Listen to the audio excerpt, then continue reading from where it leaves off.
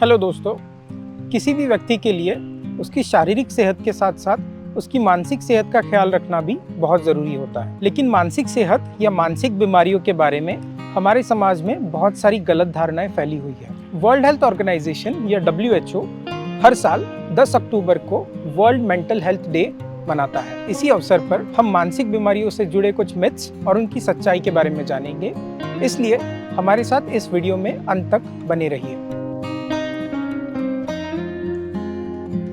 Myth 1, mental illness is not real illness, यानी मानसिक बीमारियां कोई बीमारी नहीं होती। बट द फैक्ट इज मानसिक बीमारियां कोई regular up downs of life नहीं होती हैं। Mental illness are real health problems जो अपने आप नहीं चाहती। मिथ 2, मेंटल इलनेस का ट्रीटमेंट नहीं होता, यानी मानसिक बीमारी लाइलाज है।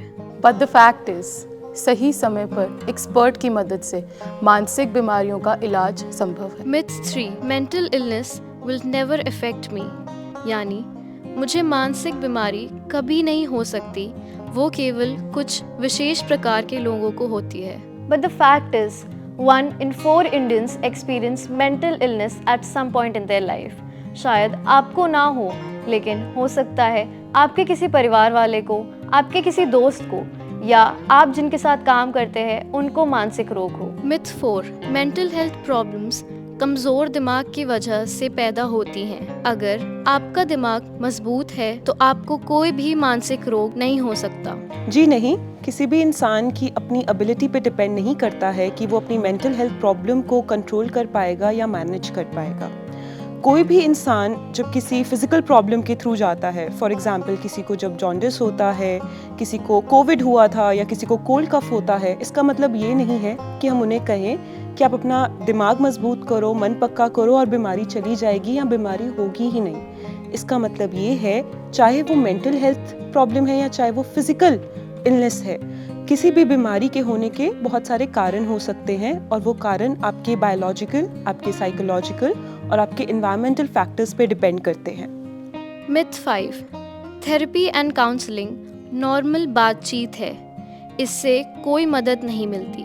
But the fact is, psychotherapies and counseling are the integral part of treatment plan. कई मामलों में साइकोथेरेपीज और काउंसलिंग एक ट्रीटमेंट प्लान का बहुत ज़रूरी एक हिस्सा होता है, और ये भी देखा गया है कि थेरेपीज और काउंसलिंग सेशन से पेशेंट की करंट सिचुएशन में काफ़ी इजाफा होता है। Myth 6, personality weakness, character flaws, lack of will power cause mental health problems, यानी स्वाभाविक कमजोरियां, किरदार में खामियां या मनोबल की कमी कारण है मानसिक रोग के। They have nothing to do with them.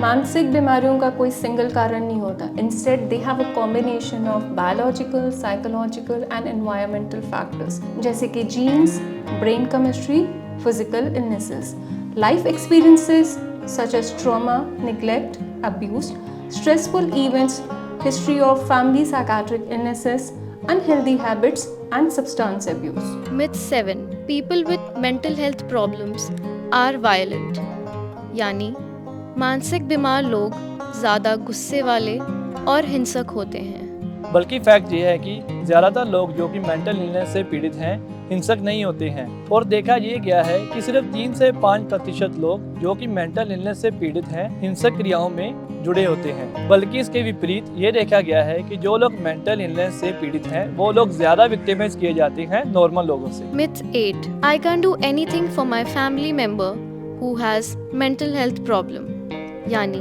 मैं कुछ नहीं कर सकता अपने लव्ड वंस के लिए जिन्हें मानसिक बीमारी है। बट द फैक्ट इज, मानसिक बीमारी से पीड़ित उनके परिवार, दोस्त या उनके रिश्तेदार की पेशेंट की रिकवरी में बहुत ज़्यादा योगदान रहता है। मुश्किल वक्त में पेशेंट के साथ रहना, उनसे बातें करना, इनसे पेशेंट को बहुत ज़्यादा मदद मिल सकती है। उन्हीं के ट्रीटमेंट के दौरान उनका दवाई का ध्यान रखना बहुत ही ज़रूरी होता है। बीमारी के बारे में हम सही समय में अपने एक्सपर्ट से राय ले सकते हैं और बीमारी के बारे में हम जान सकते हैं। इससे जानकारी प्राप्त करने से परिवार को और पेशेंट्स के बारे में काफ़ी मदद मिल सकती है। Myth 9, poor mental health is not a big issue for teenagers, यानी मानसिक रोग बच्चों में नहीं हो सकता।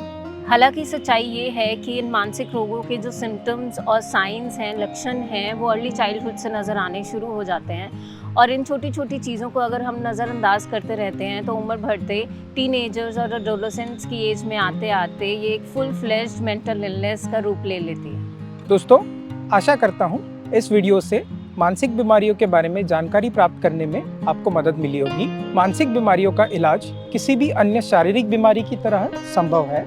इसके लिए ज़रूरत है एक्सपर्ट्स को अप्रोच करने की और उनसे सही सलाह लेने की। दोस्तों, मानसिक बीमारियों के बारे में ऐसी ही जानकारी पाने के लिए हमारे चैनल द हर्मिटेज को सब्सक्राइब कीजिए। थैंक यू दोस्तों।